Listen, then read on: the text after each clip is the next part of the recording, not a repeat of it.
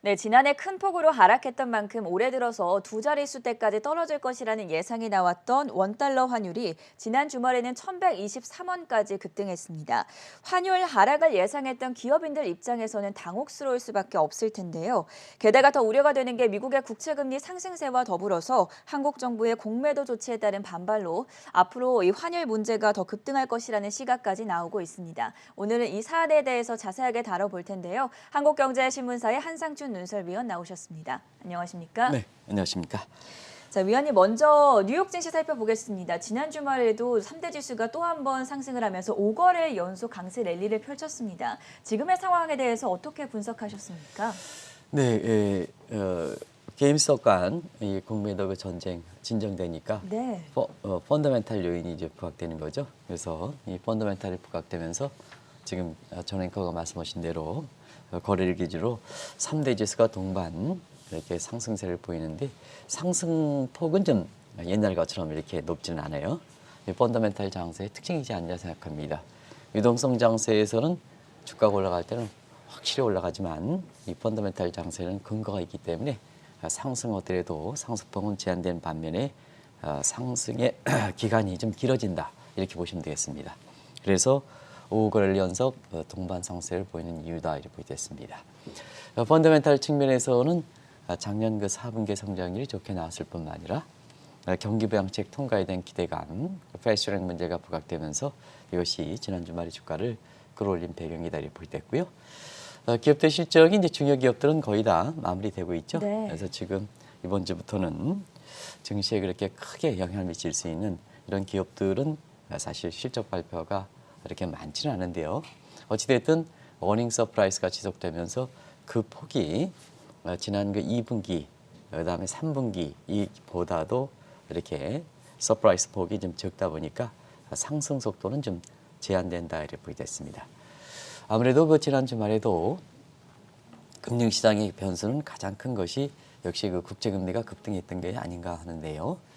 지난 주말에 이렇게 국제금리는 장중한 때 1.185 수준까지 급등했습니다. 물론 이제 그 이후에 화들짝 놀란 페드 입장에서 이렇게 국제금리를 이렇게 진정세를 거기 있다에 따라서 마감은 1.17%로 끝났습니다는 장중한 때는 1.185까지 급등하는 모습을 보였다 이렇게 보겠습니다. 아무래도 앞서 말씀드린 같이 적자 경기 부양책이 패스트트랙으로 이렇게 하면 결국 적자 국채가 발행하지 않겠느냐. 그러면 적자 국채 발행하면 지금 채권 시장이 상당히 좀 고가이거든요. 거품이 있긴 상태거든요. 그러다 보니까 적자 국채 발행하면 사실은 국채 가격이 떨어지지 않겠느냐 하는 상태에서 선제적인 측면에서 유통시장에서 국채 물량을 내놓음에 따라서 이 국채금리가 이렇게 급등하고 가격이 떨어지는 현상이 발생하고 있다 이렇게 보겠습니다. 그런 측면에서 이번 주에 일정을 한번 보면 중요한 일정들이 있죠. 아무래도 페드 입장이 지금 상태에서 국채금리에 대해 급등세에 어떤 입장을 보이느냐 하는 것이 상당히 가장 중요하다고 그렇죠. 이렇게 보면 10일 날 1월 달에 소비자 물가 지수, 그다음에 사실 페드의 통화 정책의 물가 안정 목표에 해당되는 근원 그 PCE 물가 상승률이 발표될 거로 이렇게 보이기 때문에 이 움직임이 이번 주에 그 국채 시장뿐만 아니라 증권 시장에도 상당히 영향을 미치지 않겠냐 이렇게 보고 있고요. 그다음에 같은 날 이 소비자 물가 이렇게 상승률의 결과를 보고 이렇게 나서는 뉴욕 비즈니스 클럽의 강연에 제롬 파월이 사실 어떤 입장을 보이느냐. 여기서 금융 완화가 지속되느냐 여부보다도 최근에 국채 금리가 급등하는 모습에 대해서 어떤 입장을 보이느냐. 작년에 9월 달에 채택된 평균 물가제와 관련해서 이렇게 이 입장을 밝힐 거로 이렇게 보이기 때문에 상당히 이 대목이 금융시장의 입장에서는 중요하겠다. 특히 우리가 설 기간에 시장이지만 국제금융시장에서는 우리 설 기간 동안에 주중반 이후에 금융시장이 요동을 칠 수 있다 하는 것을 말씀드리겠습니다. 미국 시장에 대한 분석부터 먼저 들어봤고요. 국내 금융시장에서는 지난 주말에 원달러 환율이 1,123원을 찍은 것을 두고 여러 가지 관심사항이 모아지고 있습니다. 이 부분에 대해서는 어떻게 생각하십니까? 네, 환율 오랜만에 말씀드리는 것 같아요. 네. 이 주제 가지고 중간중간에 말씀드리긴 했습니다는 사실은 이 주제 가지고 이렇게 방송 시간을 전부 할애하는 것은 오랜만인데요. 아무래도 이 방송의 주제를 잡은 데 있어서는 지난 주말에 원달러 환율이 물론 이 방송을 통해서는 단기적으로 환율은 좀 올라가겠습니다 하는 말씀을 드렸습니다. 작년에는 누구보다도 이 방송을 통해서 환율이 달러 투자하지 마세요. 환율이 많이 떨어집니다. 하다가 이 예상과 더불어서 국내 그 증권사 중에서는 두 자리대까지 떨어질 것이다. 그렇지는 않습니다. 연초에는 좀 환율이 올라갈 것 같습니다 하는 말씀을 드렸었는데요. 실제로 장중에 지난주 금요일에 1127원까지 올라갔죠. 네. 그리고 사실 1123원대로 그 마감 이렇게 됐기 때문에 기업 입장에서는 좀 환율 가지고 좀 방송 좀 해달라 해서 그런 시청자 요금을 통해서 환율을 좀 이렇게 말씀드려야 되는데요. 오랜만에 방송하니까 작년 코로나 이후에 지금까지 원달러 환율 흐름을 한 세 단계로 나눠서 52주 환율 그래프를 보여주시면 여기 이제 나오죠. 저런 모습입니다. 네. 작년 코로나 직후 이후에 사실 일부 이렇게 그 금융사 회장 이런 분들이 기축통화뿐이 갈 곳이 없다. 유일하게 기축통화이 가서 블랙마켓은 1,500원 선 나오고 1,300원 이상 올라갈 것이다 하는데요. 실제로 보면 여기 이렇게 그래프에서 나오는 것처럼 코로나 직후에 장중 한때 1,285원까지 가다가 올해 1월 4일 날 저게 1월 4일 거입니다. 1,082원까지 떨어졌습니다. 엄청 떨어졌죠? 네. 저게 아마 200원 정도 떨어졌으니까 그 회장의 그 얘기대로 달러 투자했다면 가장 모든 재산 중에 가장 손실을 기록했다. 이게 지난 1년간의 모습이다 이렇게 됐습니다. 그러니까 환율의 하락을 요인별로 이렇게 보면 작년 그 코로나 직후에 올해 1월 4일까지 1,082원 이렇게 떨어진다 하더라도 그걸 좀 나눌 수가 있습니다. 두 단계로. 이게 미국의 대선 기간의 전후다. 그래서 1단계에서 코로나 직후에서는 미대선 직전까지는 원달러 환율이 사실 150원 떨어졌다 이렇게 보여졌습니다. 그래서 앞서 그림에도 이렇게 보신 것처럼 1285원에서 1135원으로 떨어졌다 이렇게 보여졌습니다. 이 대목을 굳이 좀 말씀드리는 것은 올해 환율을 얘기할 때 이 대목이 중요한 겁니다. 네. 우리가 작년에 일부 그 금융사의 회장들께서 유일하게 달러 강세가 한다. 기축통화 믿을 것이 없다. 이게 얘기하지만 환율은 그때 사정에 따라서 민감한 변수입니다. 작년에 코로나 직후에 굉장히 암울했던 상황을 보면 안전통화인 달러뿐이 갈 것이 없다. 이렇게 이제 종전의 관점대로 생각할 수밖에 없죠.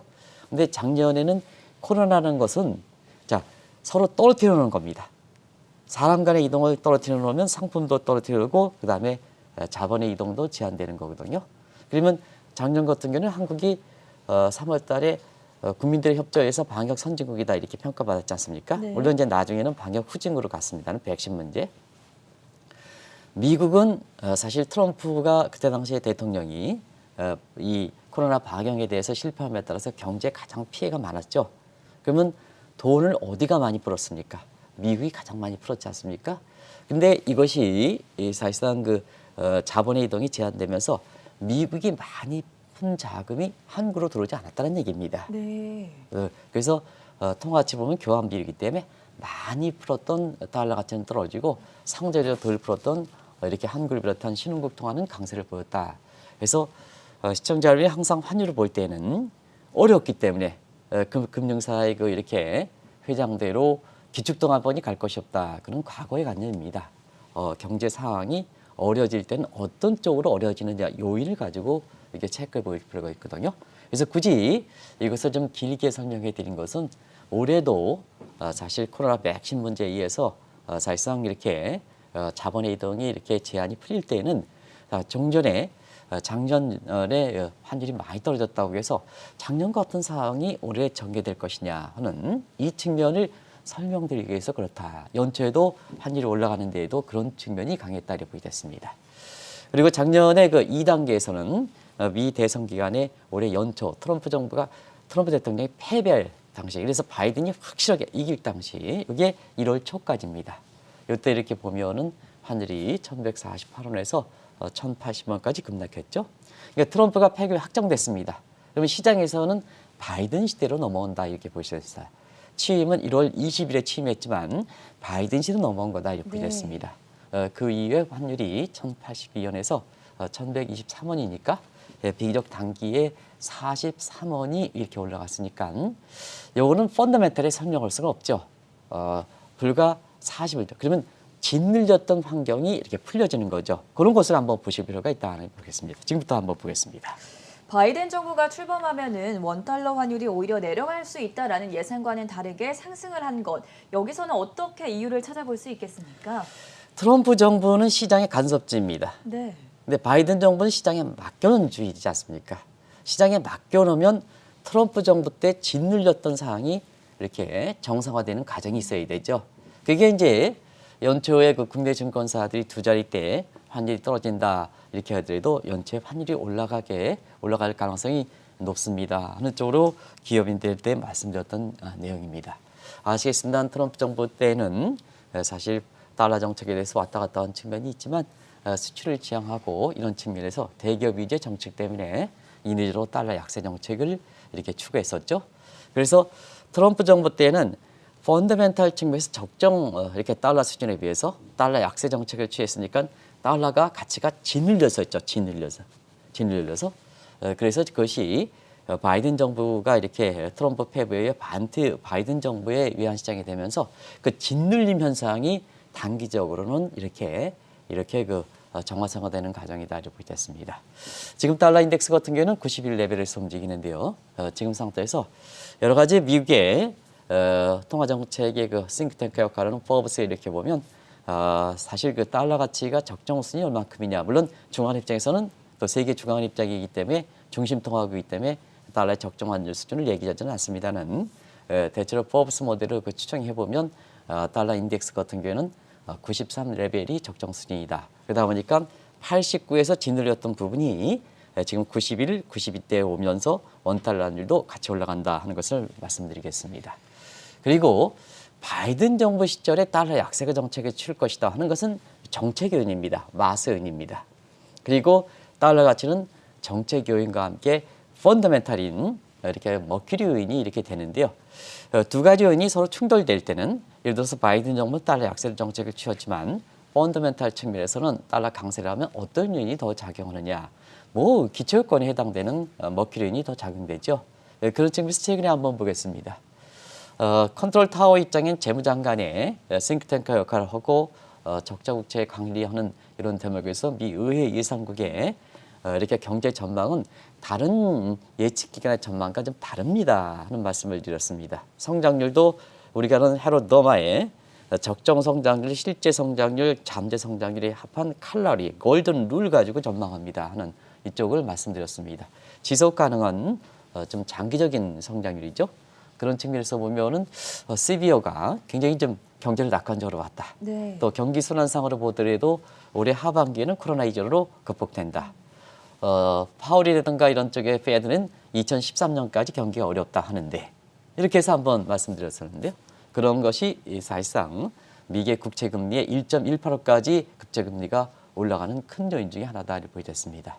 결과적으로는 짓눌림 현상이 풀려지고 그 다음에 펀더멘탈 측면에서 머큐리 요인이 비록 마스적인 측면에서 바이든 정부가 달러 약세를 이렇게 추구한다 하더라도 그보다 더 중요한 머큐리 요인이 사실 그렇게 펀더멘탈 측면에서 이렇게 올라가다 보니까 결과적으로 달러 인덱스가 올라가고 원달러 환율이 올라간다 이렇게 보시면 되겠습니다. 그러니까 마스 요인 차원, 즉 정책적인 요인 차원에서는 바이든 정부가 강달러 정책을 추진하는 데는 한계가 있다 이렇게 볼 수 있는 겁니까? 근데 아무래도 이제 지금 환율이 이렇게 올라가다 보니까 네. 달러 인덱스가 올라가다 보니까 경우에 따라서는 바이든 정부가 전통적인 민주당과 관계없이 사실 그동안 트럼프 정부 때 훼손했던 내용들이 미국이 돌아왔다 이러지 않습니까? 미국이 돌아왔다. 그러면 어떤 게 돌아오겠습니까? 예전에 그 트럼프 정부 때 갈기갈기 찢어졌던 대목이 전부 정상화시키게 된다는 얘기죠.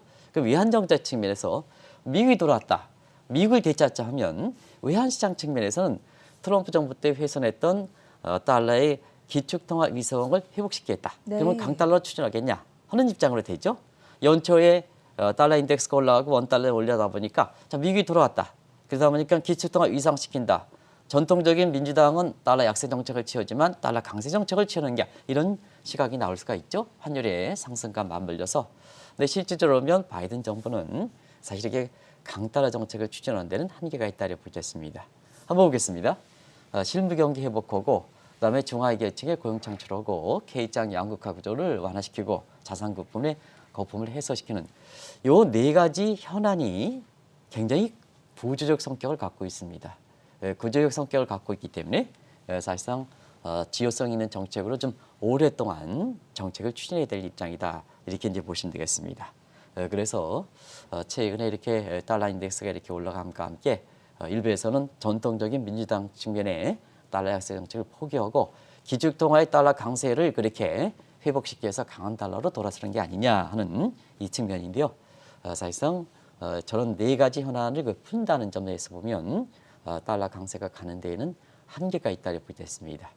결과적으로 지금 보면 바이든 정부 시절에서는 파리스 믹스를 취했죠. 재정 사이드에서는 제닛 앨런이 맡고 있는 재정 사이드에서는 지난 주말에도 제닛 앨런이 실업률이 완전 고용 상태로 도달하기 위해서는 사실 대규모 경기 부양책 1조 9천억 이렇게 달러를 패스트트랙으로 빨리 좀 해야 된다. 왜냐하면 재정 정책의 시차가 있기 때문에 이 시차를 이렇게 적절한 타임을 놓치면 내년까지도 완전 고용이 달성하지 못한다는 측면이거든요. 그래서 재정적인 측면에서는 강하게 대규모 경기 부양책 하는 데 반해서 자 대규모 경기 부양책 하면 국채 금리가 올라가거든요. 그런 측면에서 파리스 믹스라는 것은 페드 사이드 금융 완화 정책, 페드 사이드는 금융 완화 정책을 취해서 재정 사이드의 국채 금리 상승 이례적으로 달러 강세 부분에 대해서는 이렇게 금융 완화 정책으로 이렇게 서로 완충시킨다. 이게 파리스 믹스다 이렇게 보겠습니다. 그래서 정책적으로 혼합을 하고 이것이 정책 보수 간의 화합과 통합이다. 바이든 대통령이 말씀하셨던 화합과 통합이다. 재정의 수장과 그 다음에 통화정책의 수장은 네. 서시 화합을 도모하는 거다. 이게 파리스 믹스로 나타난다. 한국의 이주열 총재와 홍남기 부총리 간에도 이런 쪽의 화합 모습인데 오늘 근본적인 모습에 있어서는 또 다른 시각이 있습니다. 한국의 이게 이주열 총재와 그 다음에 홍남기 부총리는 외형상 화합 도모하지만 사실 너무 당리적인 차원에서의 표를 의식한 화합이지 않느냐 하는 이런 측면도 만만치 않기 때문에 한국과 미국과의 화합과 통합, 재정정책과 통화정책과의 화합은 서로 다르다 하는 것을 꼭 좀 말씀드리겠습니다. 바이든 시대 때는 사실 국내적으로뿐만이 아니라 국제적으로도 통합을 추구하고 있지 않습니까? 그렇다 네. 보니까 이 바이든 대통령이 동맹국과의 합의를 강조해온 만큼 인위적으로 달러 가치를 끌어올릴 가능성은 어떻게 보십니까? 기축통화에 대해서 좀 한번 좀 생각해 보실 필요가 있다 이렇게 됐습니다. 1980년대에 달러 수준이 얼만큼 가야 기축통화가 되느냐. 그다음에 지금 측면에서는 얼만큼 달러 가치가 회복돼야 기축통화가 되느냐 네. 하는 입장이거든요. 그런 관점에서는 기축통화라는 것은 사실상 달러 가치가 강세가 되는 것이 기축통화가 물론 그건 전제 조건이지만 기축통화는 달러 강세가 기축통화의 판결이 아니라 외화 운영에서 외환 보유라든가 그다음에 각종 결제에서 사실상 그 달러 비중이 얼마큼 높으냐 이것이 기축통화 중심통화의 정의다 이렇게 됐습니다. 어떤 그 회장께서는 이렇게 기축통화라는 것이 달러 가치가 강세가 돼야 아주 압도적으로 강세가 돼야 기축통화라 이렇게 얘기하고 그런 쪽으로 전망하는 시각이 있으면 그건 잘못돼 있다. 달러 가치가 받쳐주는 것은 중심통화, 기축통화가 되기 위한 우리가 화폐에서 보면 세 가지 기능이 있지 않습니까? 시청자 여러분, 거래적 동기한 결제통화, 가치 저장 기능이 있고 회계 단위가 있습니다. 그 세 가지 기능이거든요. 그런 측면에서는 기축통화라는 것은 사실 각종 외화 운영에서 사용 비율이 높은 것이 기축통화다 이렇게 보겠습니다. 근데 이것이 사실 이렇게 금융사의 운영이라든가 이런 측면에서는 달러가 압도적으로 강세가 돼야 기축통화를 이렇게 생각하는데요. 사실은 그렇습니다. 결제 비중이 높으려면 이렇게 사실상 그 가치가 좀 이렇게 유지가 돼야 되는 측면도 있긴 하지만 실제로 가치가 유지되지 않더라도 위안 한번 보시기 바랍니다. 위안화처럼 이렇게 다른 측면에서 결합 요인이 많다는 위안화의 결제 비중이 빠르게 증가하는 모습도 볼 수가 있거든요. 그래서 시청자 여러분, 바이든 정부에서 기축통화 위상을 이렇게 미국이 돌아왔다 해서 이렇게 회복될 때는 바로 뭐냐? 바로 달러 가치를 강세로 이렇게 유도하는 것은 아니다 하는 걸 꼭 좀 말씀드리겠습니다. 그러면 어떤 쪽으로 기축통화? 그게 바로 네트워크입니다. 네트워크. 동맹국과의 관계를 중시하는 겁니다. 그래서 트럼프 정부 때는 기축통화, 중심통화회가 왜 훼손됐느냐 하면 동맹국을 갈갈이 찢어졌지 않습니까? 미국과의 독일과의 결별, 한국과의 결별, 유일하게 일본만 이렇게 동맹관계. 근데 지금 바이든 정부 시절에는 미국 중심의 네트워크를 구축할 게에는 사실 그 동맹국가의 그 달러 결제 비중이 증대시키면서 기축통화에 훼손됐던 것을 회복시킨다 하는 측면을 말씀드리겠습니다. 그렇다고 하면 이렇게 인위적으로 달러 가치를 부양시키는 이런 측면은 이렇게 우리가 시청자 여러분이 결론을 맺었죠. 일단은 1980년대의 프라자 합의와 달리 네. 이번 같은 경우에는 사실상 합의 가능성이 적다. 왜냐하면 그때의 무역 적자의 파트너는 일본이고 일본은 미국의 가장 이렇게 의도를 많이 받아들이고 또 일본은 선진국에 서방 선진국에 들어가 있기 때문에 서로가 뭐냐 서로가 합의를 도출할 수 있는 여건이다 이렇게 됐습니다. 근데 지금은 뭐냐? 지금은 중국이 최대 무역 적자국입니다. 근데 바이든 정부 시절에는 트럼프 정부 때와 마찬가지로 물론 이렇게 핵심적인 키에 있어서는 좀 다르긴 하지만 중국과 마찰이 지속되는 상황입니다. 이런 상태에서는 일부에서 지금 연초에 달러 가치가 회복됨에 따라서 미국이 돌아왔다. 기축통화에 훼손됐던 기축통화를 강하게 한다. 그러면 지금의 미국 경제 상황이라든가 볼 때에는 이게 없다. 그러면 서방권 선진국과의 동맹을 통해서 인위적으로 사실 달러 가치를 부양시키기 위한 앨런 독트린이 나오지 않느냐. 왜냐? 1990년대에 그때 당시에 N달러 환율을 79엔에서 148엔까지 끌어올렸던 재무장관이 루빈이기 때문에 루빈에 다시 한번 해당된다 해서 제2의 루빈 독트린, 앨런 독트린이 가능하냐. 이거는 가능성이 적다는 걸 말씀드리겠습니다. 다시 한번 좀 말씀드리겠습니다. 기축통화를 하는 것은 달러 가치가 강세가 되는 것이 기축통화가 아니다는 걸 말씀드리겠습니다. 결제 비중에서 얼만큼 결제 비중이 높으냐 하는 그 것이 이상을 바로 차지하니까. 중심통화 이게다 하는 것을 말씀드리겠습니다. 최근 들어서 위안화 움직임과 또 원화 움직임이 다른 모습을 보이고 있습니다. 그전에 동조화 현상이 심했었는데 이게 점점 약화되는 모습이거든요. 이 부분에 대해서도 설명해 주시죠. 투자 환경, 외환시장 환경도 트럼프에서 바이든으로 넘어갔지 않습니까? 네. 그리고 사실 그 자금 흐름적인 측면에서 코로나 사태에서 백신이 되게서 포스트 코로나에서도 넘어가죠. 큰 환경이 바뀌었기 때문에 과거에 우리가 중국과의 수출 관계를 중시해서 원가 위안화의 동조화 케이스도 자연스럽게 커다란 줄기가 바뀌었기 때문에 그것도 바뀔 수밖에 없죠. 그런 측면에서 연초 들어서 원가 위안화가 동조화 정도가 크게 흐트러지고 있는 것도 사실상 원달러 환율이 연초에 올라가는 요인이다 이렇게 보여졌습니다.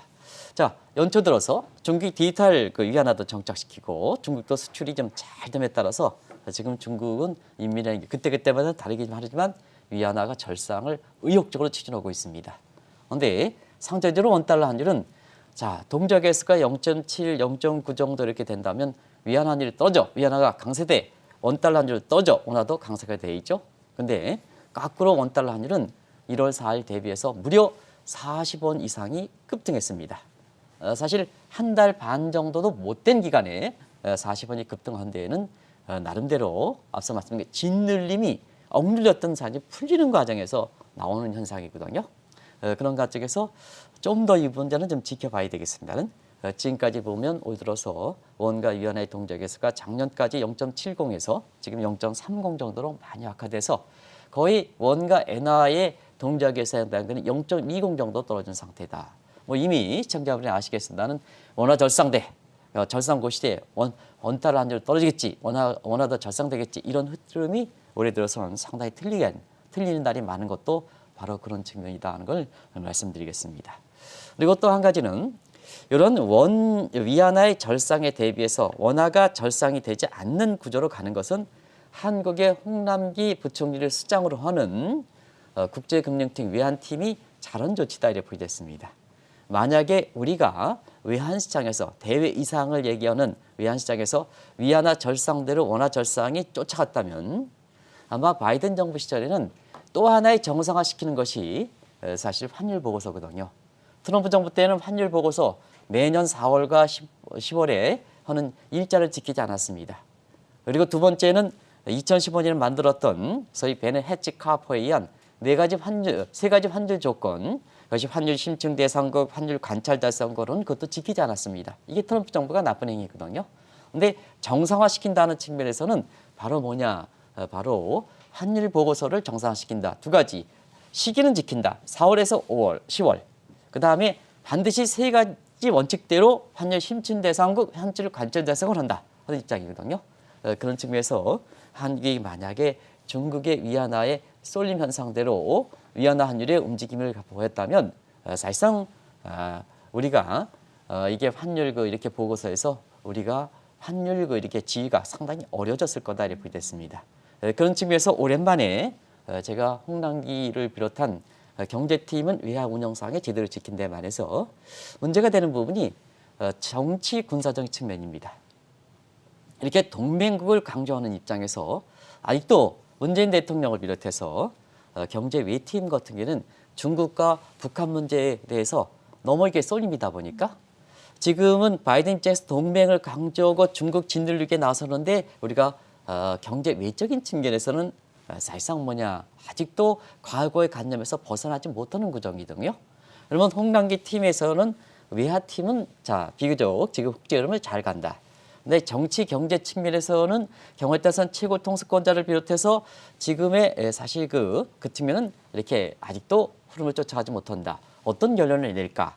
이것이 사실 올해 한미 간의 관계에서 굉장히 키가 될 거로 이렇게 봅니다. 어느 쪽으로 정답이냐 하면 개인적으로 보면 오히려 대통령이 이렇게 문재인 대통령이 갖고 있는 중국 편향, 북한 문제 생각해서 편향 이쪽으로 지금 갈 가능성도 높습니다. 왜 그러냐면 선거 기간이 있기 때문에 네. 그럴 경우에는 이게 외환팀이라든가 이런 측에 잘하고 있는데 이게 우리의 대외 시각이라든가 하는 측면에서 좀 흐트러질 가능성이 있다 이렇게 보면 원달러 환율이 일부 시각대로 환율이 급락하는 환율이 떨어지는 이런 쪽으로 시각이 가지 않을 가능성도 있다는 것을 말씀드리겠습니다. 빨리 경제와 정치는 서로 맞물려야 되기 때문에 그런 측면에 좀 조화가 우리 내부적으로 좀 있어야 될 대목이 많지 않냐, 있어야 되지 않느냐 하는 생각이 듭니다. 자, 일부에서는 중국보다 좀 뒤처지고 있는 디지털 달러화와 관련해서 조기에 정착시키기 위해서 미국이 달러 가치를 좀 강세로 유지할 수도 있다 이런 시각이 나오는데요. 이 부분도 짚어주시죠. 네, 이 올해의 바이든 정부는 트럼프 네. 정부 시절에는 가상화폐를 싫었죠. 트럼프 그렇지. 대통령이. 근데 바이든은 이게 대세다. 그래서 대세적인 측면에서는 비트코인이라든가 이런 데에서 굉장히 전향적이다 보니까 비트코인이 이렇게 비교적 가격이 좋은 거다. 우리가 다시 30분부터 이 방송에서도 비트코인, 이더리움 가격 이런 문제에 대해서 좀 네. 설명을 좀 해주시는 것 같아요. 통화 정책의 측면에서는 디지털 통화입니다. 그래서 디지털 달러를 좀 조만간 이렇게 도입하지 않겠냐 이렇게 이제 보는데요. 지금 중국의 디지털 위안화가 사실 현재 통화인 디지털 원 1대1 디노미네이션이거든요. 그런 각도에서는 사실상 중심 통화 입장에서도 중국이 위안화 강세가 되니까 디지털 시대에 미국이 중국에 대해서 소위 글로벌 시니어리든가 뭔가 이런 쪽에서 중심 통화 위치를 뺏기지 않으려면 미국도 상당히 달러를 강세로 가져가지 않느냐 이렇게 이제 보는데요. 이 대목은 중국보다는 미국이 여유가 있습니다. 왜 그러냐면 이미 후발주자라 하더라도 페드 입장에서는 연구가 충분히 되어 있다. 그래서 비교적 정착시키면 빨리 시행하면 빨리 정착할 수 있다는 측면이고 두 번째는 기축통화라 국가의 장점이라는 것은 현존 통화, 미통화, 디지털 위안화와 그다음에 지금의 위안화와 1대1 디노미네이션 하는 게 아니고 중심 통화는 그만큼 장점을 갖고 있습니다. 왜냐하면 글로벌 시너지의 완충 효과가 있기 때문에. 그래서 사실상 이 대목에서는 1대2, 1대3 이렇게 해서 여유가 있는 쪽으로 가기 때문에 반드시 중국이 디지털 위안화가 정착되고 위안화가 지금 절상되는 상태에서 1대1 디노미네이션 하면 디지털 위안화가 이렇게 강세되고 후발업체인 디지털 달러가 들어오면 거기에 맞춰서 디지털 달러가 되느냐 이건 아니다 하는 걸 꼭 좀 말씀드리겠습니다. 그게 기축통화 이렇게 독수리 위에 같이 까마귀 이렇게 경쟁할 때 독수리 위에서 내리쬐는 이런 형태가 되기 때문에 반드시 그런 것은 아니다 하는 걸 말씀드리겠습니다. 마지막으로 국내 요인을 살펴보도록 할게요. 한국 정부의 공매도 조치에 크게 반발한 외국인이 우리나라 증시에서 대거 이탈하면서 원달러 환율이 급등하지 않을까 이런 시각 우려 섞인 목소리도 나오고 있습니다. 어떻게 생각하십니까? 지난주에 사실 한국 정부의 공매도 조치에 대해서 우리나라의 거저는 일부 이렇게 금융사의 이렇게 책임자가 그런 조치를 하는 것 같아요. 근데 그걸 국내 언론이 그대로 받아들이는 것은 잘못되어 있다 이렇게 보겠습니다. 공매도 재개하자 이익이 많이 나오는 것이 그동안 외국인과 기관 투자가 아닙니까? 그렇기 때문에 동학개미들이 같이 평평한 운동장을 좀 만들어 달라 어떤 식으로 이게 요구 아닙니까? 동학개미 이익 위상이 높기 때문에. 근데 외국에 들어왔던 이렇게 국내 업체들, 외국에 들어왔던 국내 수장들이 당연히 공매도 재개 문제에 대해서 사실상 연장시키는 문제에 대해서는 자기 이익이 훼손됐기 때문에 훼손될 가능성이 있기 때문에 그거에 대해서 뭐 공매도가 이렇게 금지하는 기간이 5월 3일까지 연장한 것에 대해서는 외국 시간이 반발이 되면서 환율이 급등합니다. 이런 소지를 이렇게 얘기하는 것을 국내 기자들이 이렇게 그거에 대해서 사실상 입장을 생각하지 않고 그대로 받아들이는 이런 적은 그게 마치 또 그게 외국인의 시향인 양, 시각인 양 이렇게 적는 것은 좀 바람직스럽지 않지 않나 생각합니다. 그거는 외국에 국내에 들어왔던 그 외국인 금융사의 수장에 그렇게 될 때 이익이 직결되기 때문에 그렇게 얘기하는 거다 이렇게 보여졌습니다. 이런 각도에서 일단은 공매도 이번에 금감위 조치에 대해서 사실 외국인의 반발이 해가지고 대거 자금이 이탈되면서 대거 이탈되면 환율이 급등할 것이다. 이런 시각은 가능성이 적다 하는 걸 말씀드리겠습니다. 다시 한번 금감위에 어렵게 사실 어렵지 않습니까? 정치적인 문제 여당에서 일부 이렇게 여기에 대해서 전적인 지식이 없는 이런 국회의원들이 표심이라 생각해가지고 이렇게 해서 좀 이걸 금지를 계속해달라 하는 입장이었었고 그다음에 이거에 대해서 외국인과 기관 투자가와 개인 투자가 간의 이해관계가 많은 상태에서 그 중간에 조정 역할을 하는 금감위 고충도 상당히 생각할 대목이거든요. 그런 각도에서는 만족을 하지 않지만 일단 해보자 이렇게 말씀드렸던 것은 그래도 나올 수 있는 대책은 금감위 입장에서도 충분히 이렇게 고민한 흔적이 이렇게 됐기 때문에 우리가 한번 정책이라는 건 반반만 하지 말고 시행해보자 하는 얘기거든요. 그런 각도에서 금감위 조치는 잘된 조치라고 생각하는데요. 혹시나 IMF가 공매도 재개 안 했다. 그다음에 국내에서 나오는 외국의 업체가 공매도에 반발해서 외국 환율이 대거 이탈한다. 대거 이탈하니까 자 공매도 재개 문제에서 또 잘한 작품들 같은 경우를 또 이렇게 하는 금감위가 흔들리지 마시기 바랍니다. 이걸 꼭 좀 강조해 드리겠습니다. 그래서 이 대목에 있어서는 가능성이 적다는 것 좀 말씀드리고요. 올해 환율은 누이 말씀드리는 올해 환율은 작년보다 평균 환율이 떨어질 겁니다. 그래서 절상 속도는 지속됩니다. 그런데 절상 추세는 지속될 겁니다. 근데 절상 속도는 떨어진다. 그러나 사실 연초에 트럼프의 진행됐던 환율이 좀 올라가고 정상화되고 그 다음에 사실상 우리의 바이든 정부의 여건을 이렇게 감안하면 단기적으로 환율이 올라간다 하는 그 추세가 이렇게 되기 때문에 사실 올해는 외화 관리가 작년보다는 좀 어려울 수가 있습니다. 작년에는 예측만 잘했으면 일방적으로 환율이 떨어졌기 때문에 외화 운영이 쉽습니다. 일부 금융사회장이 기축통화 이렇게 하면 이게 잘못된 거고 작년에 한국경제TV에서 환율이 떨어집니다 하면 외화 운영은 굉장히 쉽죠. 그런데 올해는 사실상 코로나 사태 해결한다 하더라도 변동성이 확대된다. 그래서 기업 입장에서는 굉장히 이렇게 외화 관리가 힘들어한다 하는 것을 말씀드리겠습니다. 벌써부터 그렇지 않습니까? 자, 환율이 떨어질 것이다 생각했는데 원달러 환율이 느닷없이 1월 4일에 1082원에서 지금 장중한 때 1127원, 마감으로 1123원 가니까 기업들이 당황하지 않습니까? 이게 올해 꼭 좀 말씀드릴 사항이다 하는 것을 시청자분께 말씀드리겠습니다. 네, 지난 주말에 원달러 환율이 1123원까지 급등했습니다. 환율이 예상과는 다르게 계속해서 상승세를 나타내면서 오늘은 그 요인과 전망에 대해서 자세하게 다뤄봤고요. 지금까지 한국경제신문의 한상춘 논설위원과 함께했습니다. 고맙습니다. 네, 고맙습니다.